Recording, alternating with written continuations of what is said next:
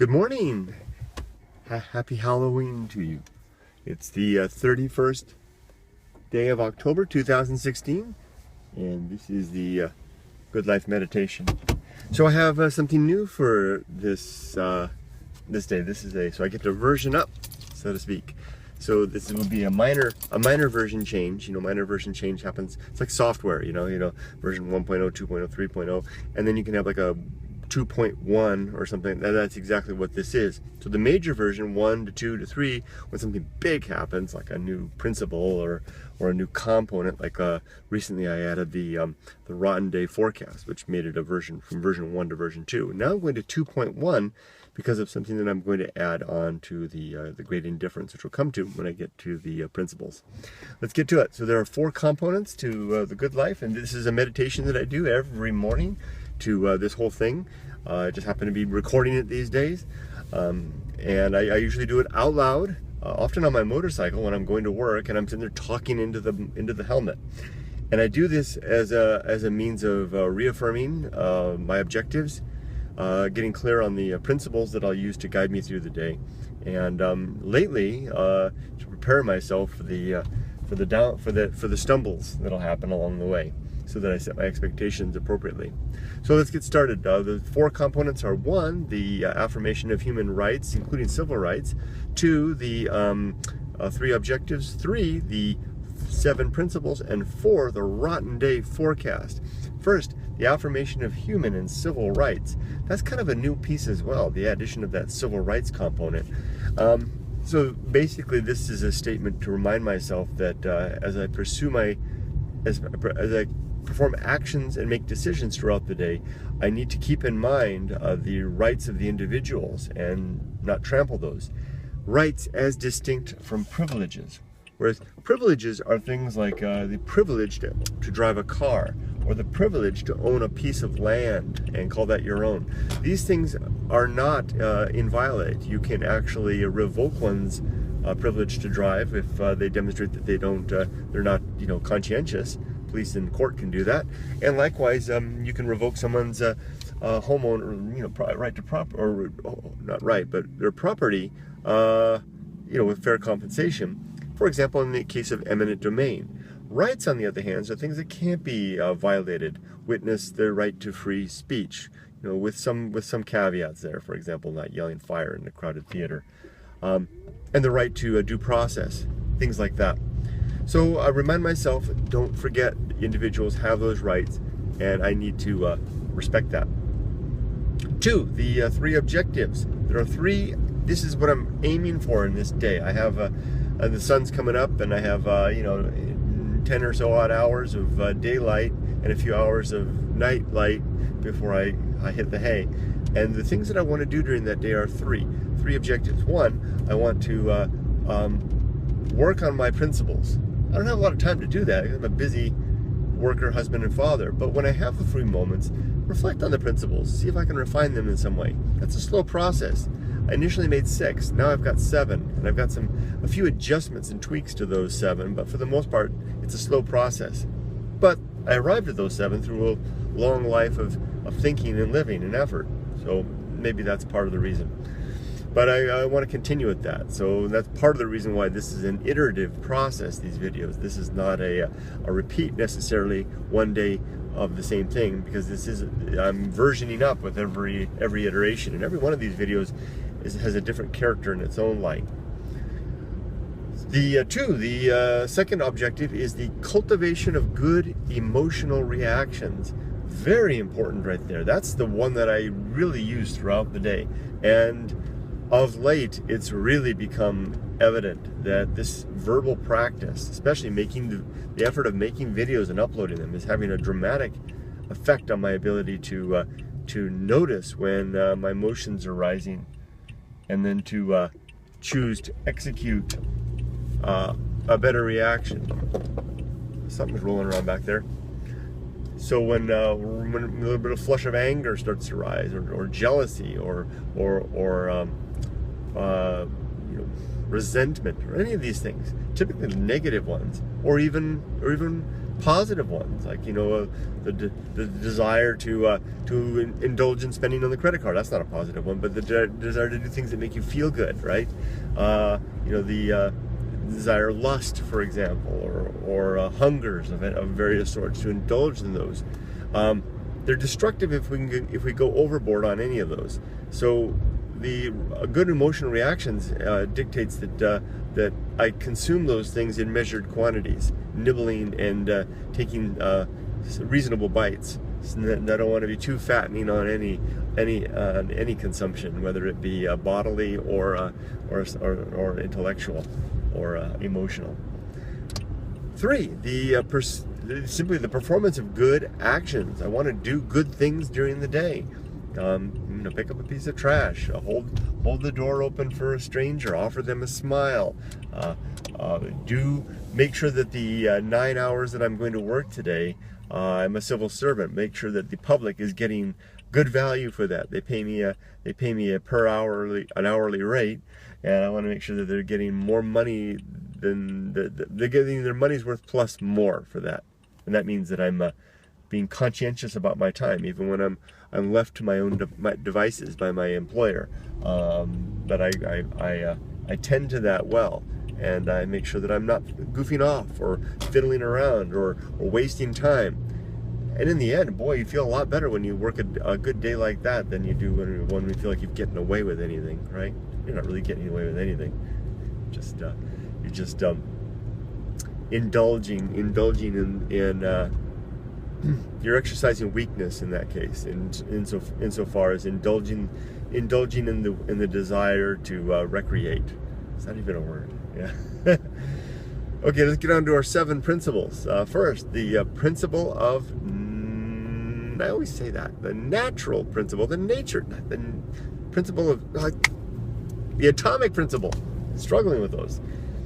And someone did ask me, and I'll try to reiterate it real quick, the difference between the atomic principle and the subsequent principle of nature. But the atomic principle simply states that everything, including me and you, hands on the wheel, are made of bits and pieces, atoms, molecules, subatomic particles, not in that order, that in turn are energy frozen in a form. And that these things are flowing and changing and forever altering. And that the composition of which I am composed, there's a sentence, will very quickly soon dissolve away. That whatever I am, whatever consciousness I have and enjoy right now will be gone forever. And but these atoms will reform, and this energy will reform and find itself elsewhere and doing else things. 2, the principle of nature. Everything and everyone has a particular nature, and it's worthwhile to observe the nature of things, to catalog them, and to identify what they are, so that we can recognize and have set our expectations appropriately and live in accordance with that. Likewise, our own particular nature.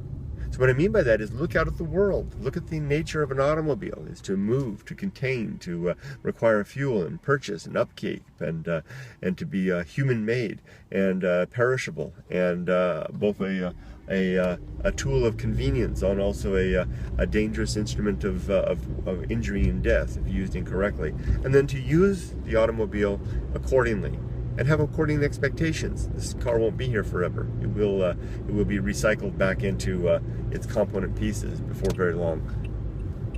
Also, what is the nature of animals and plants and individuals like ourselves? What is our own nature? Look ourselves in the mirror. I look myself in the mirror, and I realize that my nature is to walk alone in isolated places, in wild places, and to think, and maybe to share. So I do that. Thus and thus. So what is the difference between the two, as I promised? The atomic and the nature. The atomic principle speaks to, identifies that everything is made of bits and pieces. It's the what things are. The nature principle identifies what is it? What are those things about? What do they do? What do you put a number of atoms together into a particular combination, like an espresso maker? And what is the nature of the espresso maker? What is it, that combination do? Or you put atoms into the nature of a tapeworm. What is the nature of the tapeworm? So what it is and what it does. That's the difference. 3, the social principle. The social principle is simply an observation that we are social animals, we humans, that we need one another. Really, all of us are in a way, because we all need one another. None of us can survive, none of us being any biology, with the exception maybe of the those little teddy bear looking things. What are they called? I can't remember what they're called. They can live in space, but we can't. Maybe some microbes. But we humans are social animals. We need one another to thrive, and heck, even to live, really. And our best living is when we pursue social ends, when we look after the well-being of not only ourselves and our family, but also the well-being of our communities and our society and our species. It's a very refined and distilled form of good to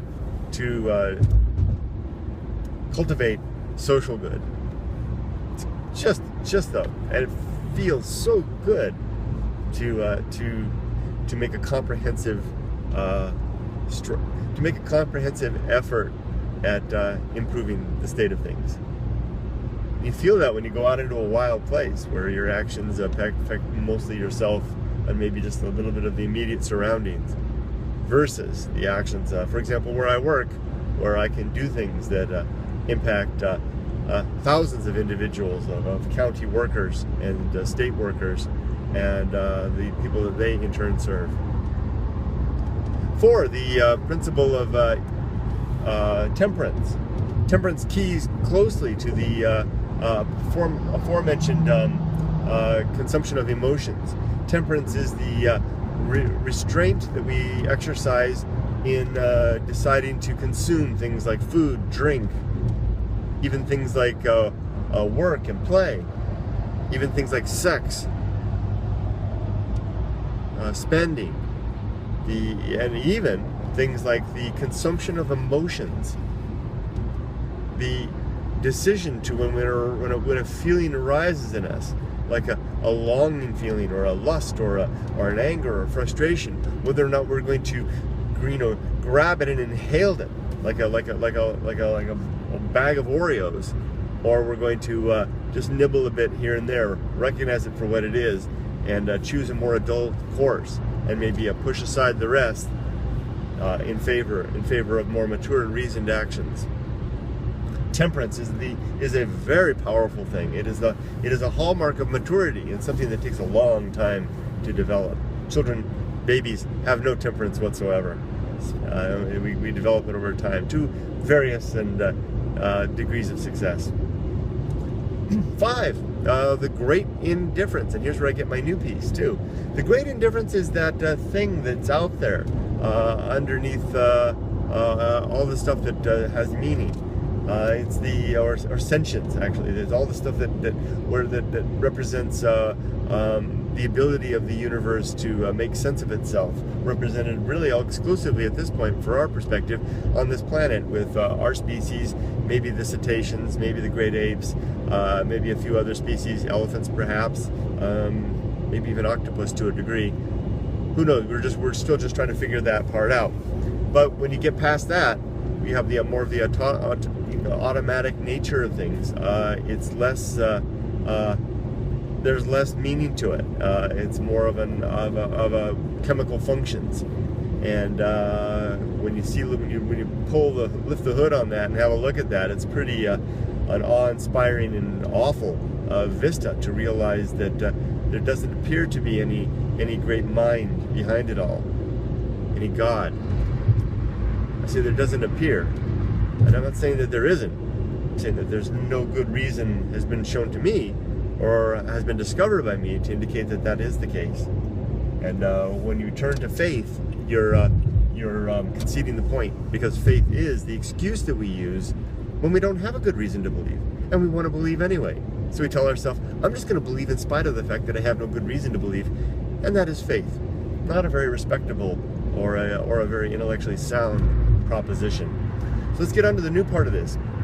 The Great Indifference is also a, this is the reason for the 2.1. I was out in the desert, out in the Mojave, and there's this thing, whoa, goodness. Hold on. Let me adjust this temperature here. Okay, out in the desert, in the Mojave, if you get out there into the volcanic areas especially, you'll notice that the rocks have a color to them. There's something called a desert patina, or a desert veneer, that's on the rock. So brown rocks appear black, or maybe sometimes kind of a reddish gray, depending on the type of veneer that's on there. If it's kind of an iron oxide, I think that's what it is, it's iron oxide, it's a kind of a black color. And that is, we're not really sure, scientists aren't really sure what the cause is, whether it's biological or just purely non-biological or inorganic process. But anyway, it takes a long time, centuries or millennia, for a sufficient amount of that veneer to appear on the rock. And I was examining one of those rocks. You can pick it up and look over on the underside, and it's a different color than it is on the top, because it's got that coating on it. And I was realizing that that was a rock that had probably been situated in one place for more than 10,000 years. It takes about 10 millennia for a good coating of veneer to appear on one of these rocks. And I was realizing that the whole darn desert in places is covered with that veneer, that I'm not seeing the real desert. I'm seeing, the minerals as they really appear, I'm seeing their oxidized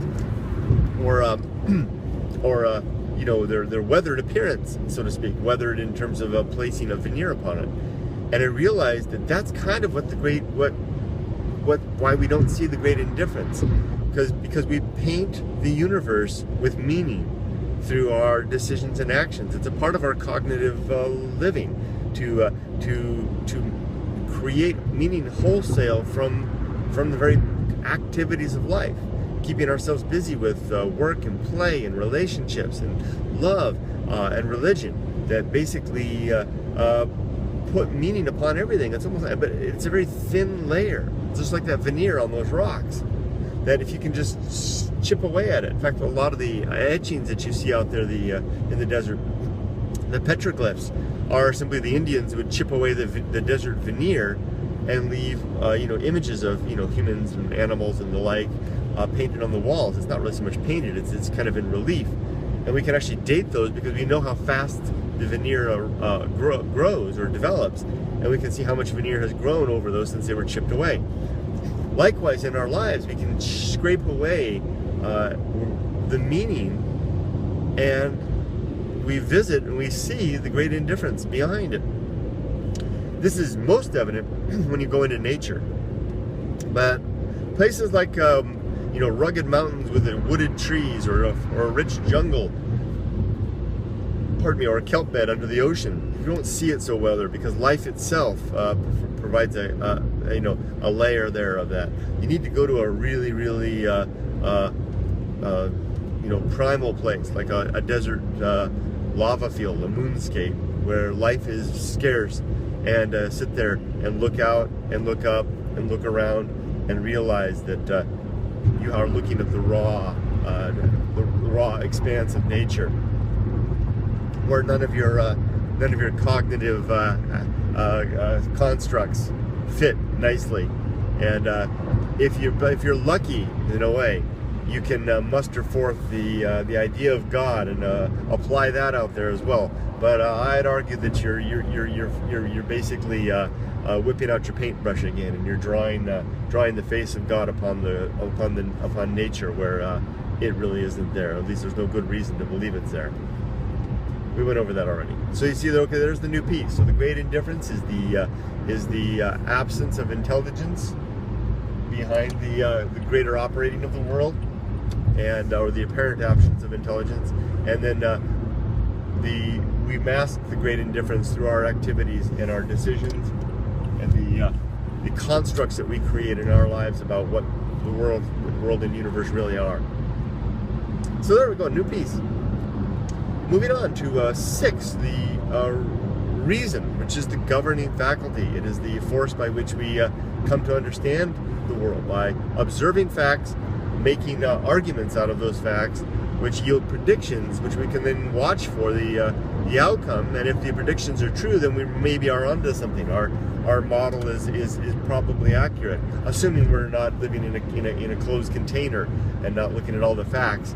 So let's be on the guard for that. But if our predictions don't come to be true, then maybe we're on the wrong track, and we have to re-examine our models, our arguments, and maybe gather more facts and scrutinize the facts that we've already seen. Maybe our measurements were in error. Reason is the governing faculty, the way that we come to know truth in the world. It is the most efficient and accurate way. It is the fruits of our modern society, and our best philosophies are built upon that. Philosophies that do not rely on that yield things like the dogma of religion, and ways of thinking that are immovable and inflexible to our greater improved understanding. 7, the virtue, which is the purpose of life.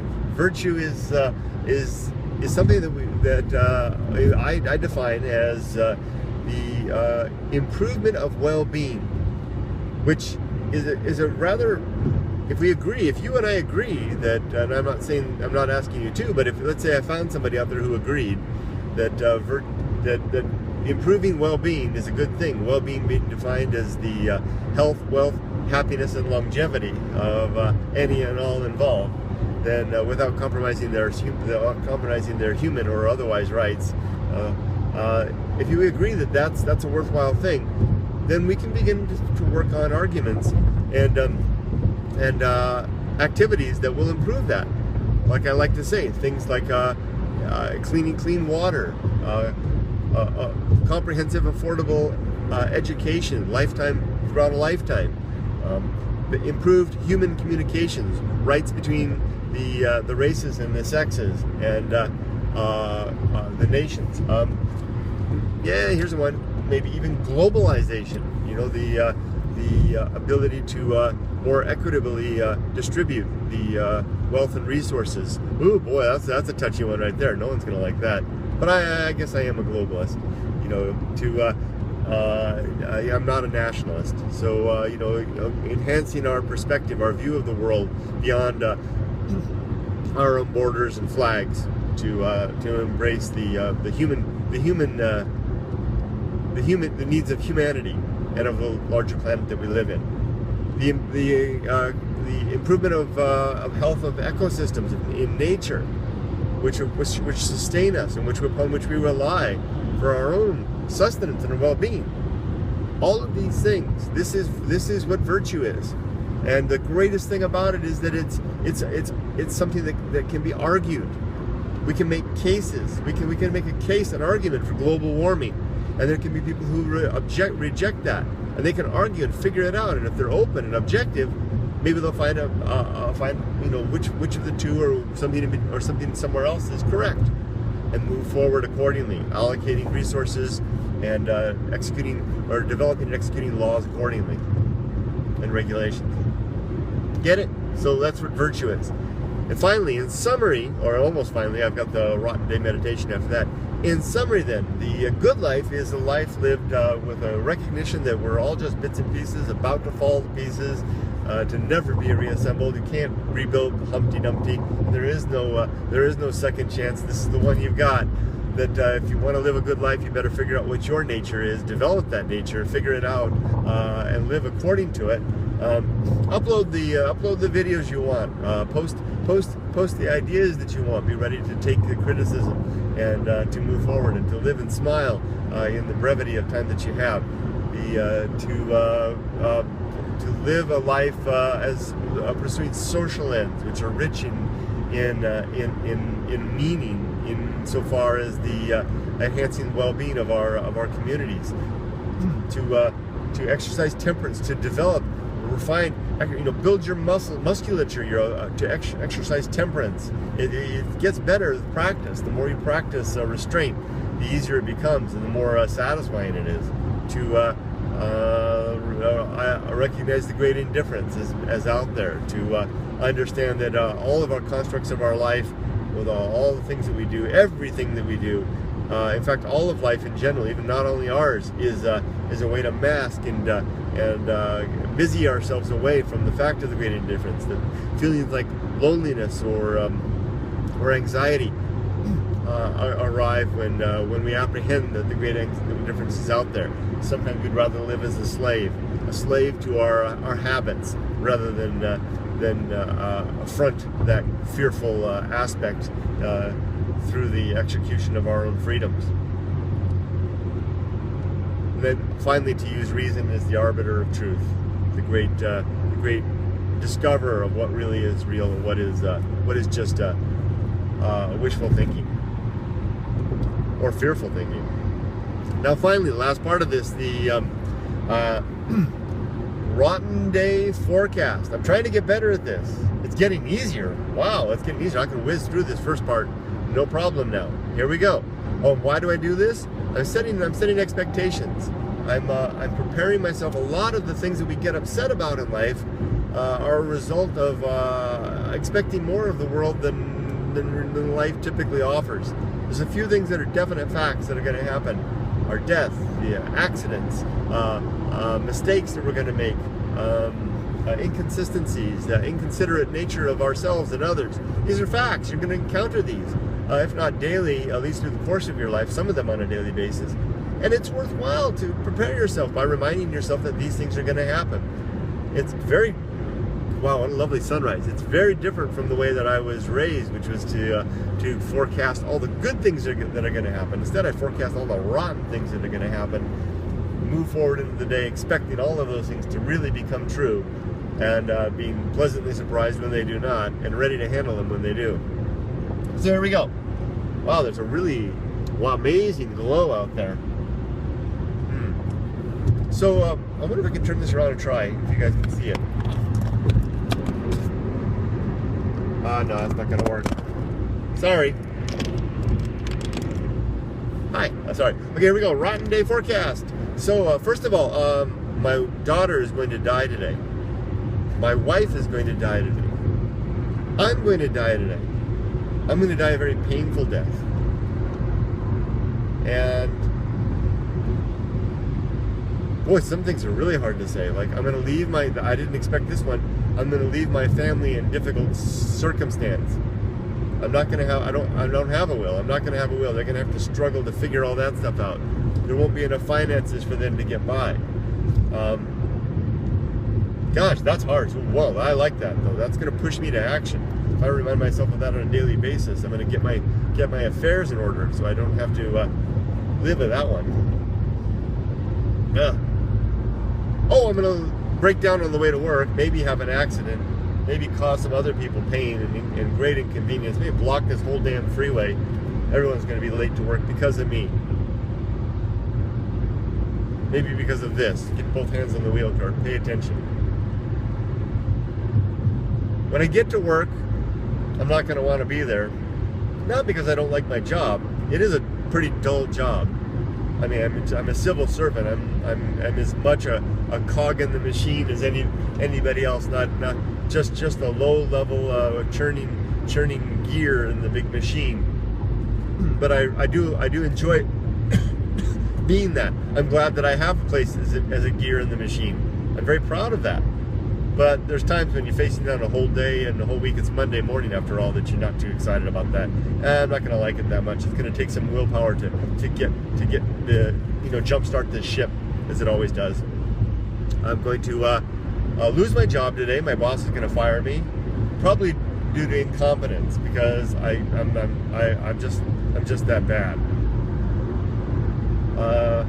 Whatever money I've got left on my mutual fund, my 401k is gonna evaporate away. Something's gonna happen. Oh, the retirement program that I'm involved in, the pension, they're gonna go broke, and I'm not gonna get that. Nor will there be Social Security. I'm gonna be living in a pretty desperate situation as an oldster, and still going to work when I'm 70. I'm gonna probably die.